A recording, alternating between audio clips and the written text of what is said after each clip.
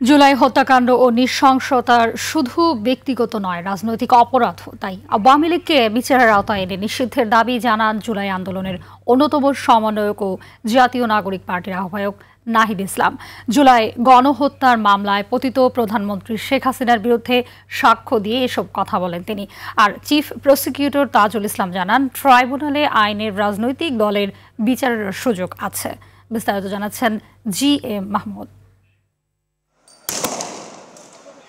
জুলাই আগস্টের গণহত্যায় মানবতাবিরোধী অপরাধের মামলায় ক্ষমতাচ্যুত প্রধানমন্ত্রী শেখ হাসিনা সহ ৩ আসামির বিরুদ্ধে আন্তর্জাতিক অপরাধ ট্রাইব্যুনালে সাক্ষ্য দেন জুলাই আন্দোলনের অন্যতম সমন্বয়ক ও জাতীয় নাগরিক পার্টির আহ্বায়ক নাহিদ ইসলাম। রোববার শেষ হয় তার সাক্ষ্য গ্রহণ ও জেরা। সাক্ষ্য শেষে নাহিদ ইসলাম বলেন, জুলাই হত্যাকাণ্ড ও নৃশংসতার দায়ে শুধু ব্যক্তি নয়, দল হিসেবে আওয়ামী লীগকেও বিচারের আওতায় আনতে হবে। শেখ হাসিনা যেহেতু দলীয় প্রধান এবং রাজনৈতিকভাবে ক্ষমতা নিরঙ্কুশ করতে, ক্ষমতায় টিকে থাকতে জনগণের বিরুদ্ধে গিয়ে তাকে জনগণকে হত্যার সিদ্ধান্ত তিনি নিয়েছিলেন।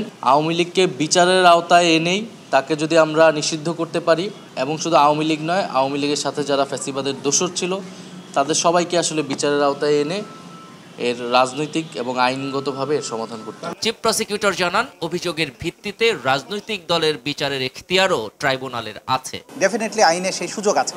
দল হিসেবে সেই সময়ের ক্ষমতাসীন যে দল ছিল আওয়ামী লীগ, তার সহযোগী সংগঠন হিসেবে যুবলীগ, ছাত্রলীগ, স্বেচ্ছাসেবক লীগ, 14 দল, তাদের সম্পৃক্ততার অকাট্য প্রমাণ কিন্তু আদালতে আসছে।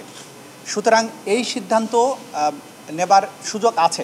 শেখ হাসিনা সহ 3 আসামির বিরুদ্ধে আরো সাক্ষ্য দেন ইউনাইটেড পিপলস আপ বাংলাদেশের আহ্বায়ক আলী আহসান জুনায়েদ। এদিন ট্রাইব্যুনাল 2-এ জুলাই আন্দোলনের প্রথম শহীদ, রংপুরের বেগম রোকেয়া বিশ্ববিদ্যালয়ের শিক্ষার্থী আবু সাইদ হত্যা মামলার 6ষ্ঠ দিনের সাক্ষ্য নেওয়া হয়।